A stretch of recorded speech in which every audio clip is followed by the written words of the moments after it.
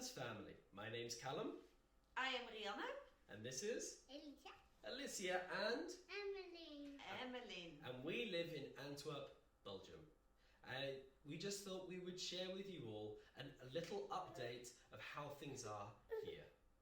So first and foremost, yes, we've been living in Antwerp for 3.5 years, and it's been such an interesting experience. We actually first moved to Antwerp and lived in a 35 meter squared one-bedroom apartment with Rianne, myself and Alicia. For a year and a half, we lived there. It was very tight. I studied in seminary and travelled, got up at 5 in the morning, went down to Brussels and came back. And while Rianne worked in the daycare. And then we finally got to move a year and a half later, saved up and got to move to our current apartment, which you see us in right now, a 2-bedroom apartment on the 3rd floor in an apartment block, actually located on the border between 3 areas. And it's a very multicultural area, a very interesting area because it's 95% Muslim. There are 3 mosques nearby. One of them is actually the biggest in Western Antwerp, actually probably one of the biggest ones in Belgium. And yeah, it's a very Islamic area, lots of Moroccans, lots of Turkish people. It's the same in the schools. Alicia does go to a Catholic school, but it's a good Catholic school, but there are again a lot of Moroccans and Turks and Islamic or Muslim kids. And yeah, so it's a very interesting place to be living in this regard. We really are exposed to different faiths and different cultures, but we love it. It's a great mission place to be. There's lots of opportunities and lots of openings. How about you tell them about the experiences you've had? Yeah, so God is really starting to give us a real big heart for these people, because it's one of the places here in Antwerp that people are like, oh, you live there? Are you sure you want to live there? And God has really told us, no, these are the people that I love, just like I love Jesus loved all the sinners. He loved the people that were the outcast of society. That's how he's asking us to love these people. And for that reason, Alicia is in school in this neighborhood, because we really believe that she can be a light in there, but we can also be a light to the parents that go to the school. So I work in this neighborhood. It's a really beautiful Christian daycare. It has a Christian identity. There's only a few of them here in Belgium, and this was actually the first daycare that opened with this Christian identity. So the parents that inscribe in the daycare, they know that we are Christian. They know that we pray with the children. They know we sing songs about Jesus, and they say, okay, yes, I agree to this. And at least half of the children that we have in our group are from a Muslim background. And it's so beautiful to see Jesus at work in their lives already. We have children currently in our group, and when I say, shall we read a story, they ask, yes, a Jesus story. And these kids are only 2 years old, and you can just see how God is already planting seeds in their lives. And I think it's such a beautiful thing that we can be a light in this neighborhood, and not only to the kids that come, but also to the parents that come and that we have contact with. And because we live in this area, if we go about on the streets, we actually meet a lot of these parents. So if I go to the store, I meet a lot of them, and we have conversations. And one of the kids that was in daycare, Alicia was also there, is now in her class. And I meet up with him and his mum regularly to play. And we do that outside though because of COVID, but we go to the play area. And we have really good conversations, and we do talk about God. And she's like, wow, I really believe, or I really hope that God will do these things for you. So it's a really beautiful place to be at. Exactly. And the daycare is actually it got a grant in collaboration with the government. The owner, Frank, who is also the pastor of the church that we help serve in, he is in constant collaboration with the governments. They really do everything to sustain him, even though the government is not pro-religion. And so the daycare has been blessed by this, and is actually one of the most beautiful ones in Antwerp. The one that the inspectors say it's the most beautiful building. Yeah, they came to inspect last year, and they were like, wow, this is so good. And because of especially the quality of care that they saw, and the atmosphere that was in this place, because the building is beautiful, but the team that works there were a team of only Christian people, and they just felt this atmosphere. and because of that they got granted more spaces and more funding. So you can see that God is really at work in that. Exactly, yes. So that's a little bit about our housing situation. It's a very dynamic place. We get to witness to our neighbours, witness to all the people around us. We've already had people tune into our services who live in the apartment block and really been able to be a testimony of Jesus to the people around us. So yeah, that's our living. The next thing is also for me is the church. So we really believe that in missions you need to be planted in the local church, in the local people, and having a local impact. And when we came to Belgium, we really searched for a church, and we got led to a church in Antwerp, even though we lived in Brussels, and God led us there. We visited. We were a little bit bemused by it because it was a very different church, and it was a long way. Now we didn't think too much of it. It was nice. We felt spiritually welcome. We came back and was like, okay, it's an option, but it's the best option because none of the other churches felt right. And actually, it turns out we were praying about it, and I asked God for a kind of a direction, a sign of what is the church to move to. And we literally, as I left, we had finished the small group meeting and praying, and 10 seconds later, my phone went off, and actually one of my connected mutual friends from the pastor of the church was saying, hey, how's it going with that church, with Lighthouse in Antwerp? And I immediately knew that was God's confirmation this was the church for us. So we really planted, we moved, we had someone sponsor us our fuel so we could travel to the church, serve on a Sunday, another person provide a van, and yeah, that was the beginning of our journey 4 years ago. Within a year and a half, we eventually joined the leadership team, January 2018, and then officially June 2019, I got set in as associate pastor, voluntary full-time, because the church doesn't have the funds to support any paid person. I do get a small subsidy, monthly income through a tax hole.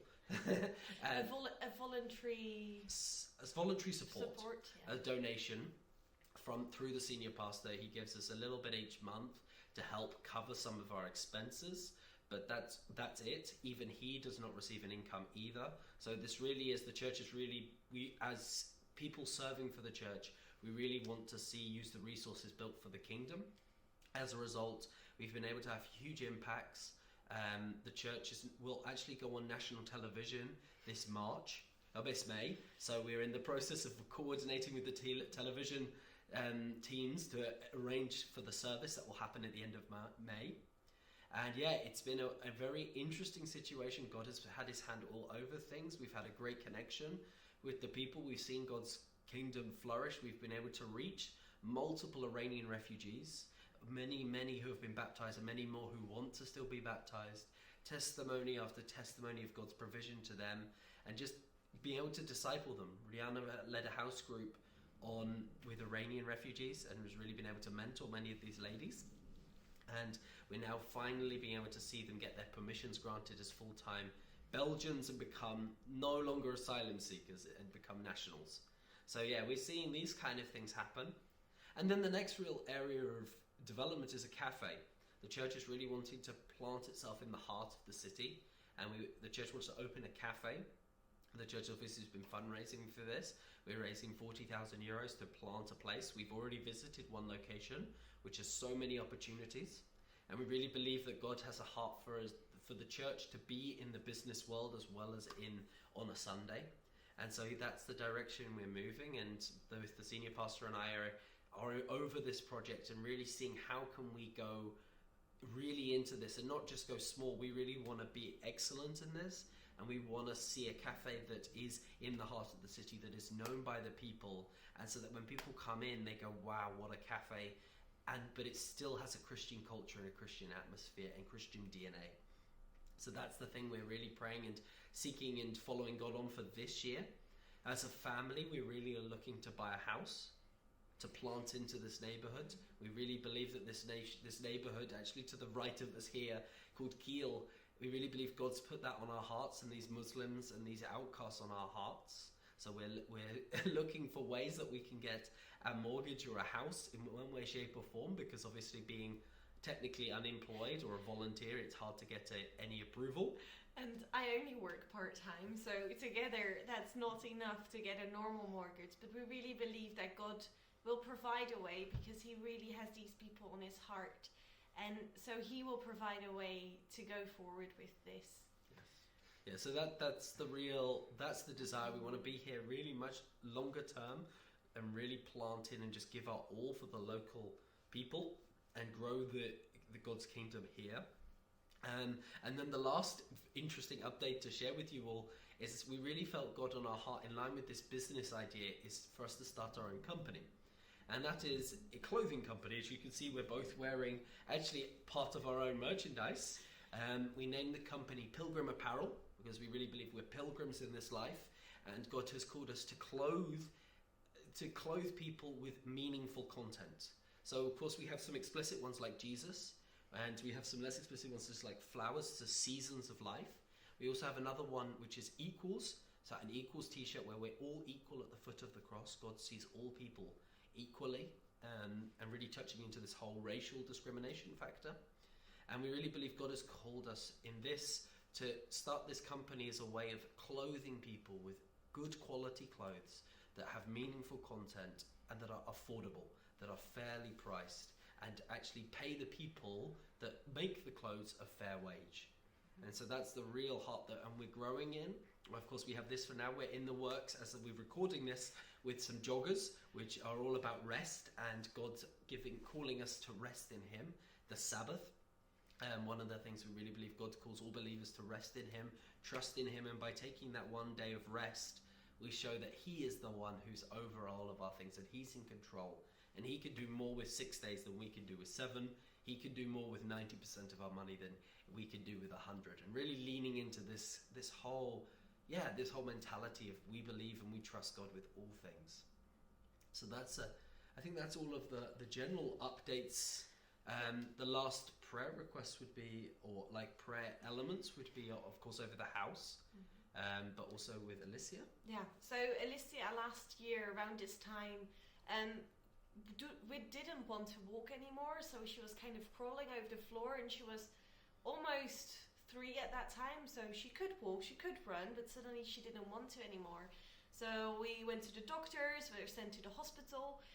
Within the end, we got the diagnosis of Perthes disease, which means that one of her hip bones didn't get enough blood supply, which meant that it started to degrade and just kind of erode away instead of building itself up further, which meant that she had pain, she couldn't walk as well anymore.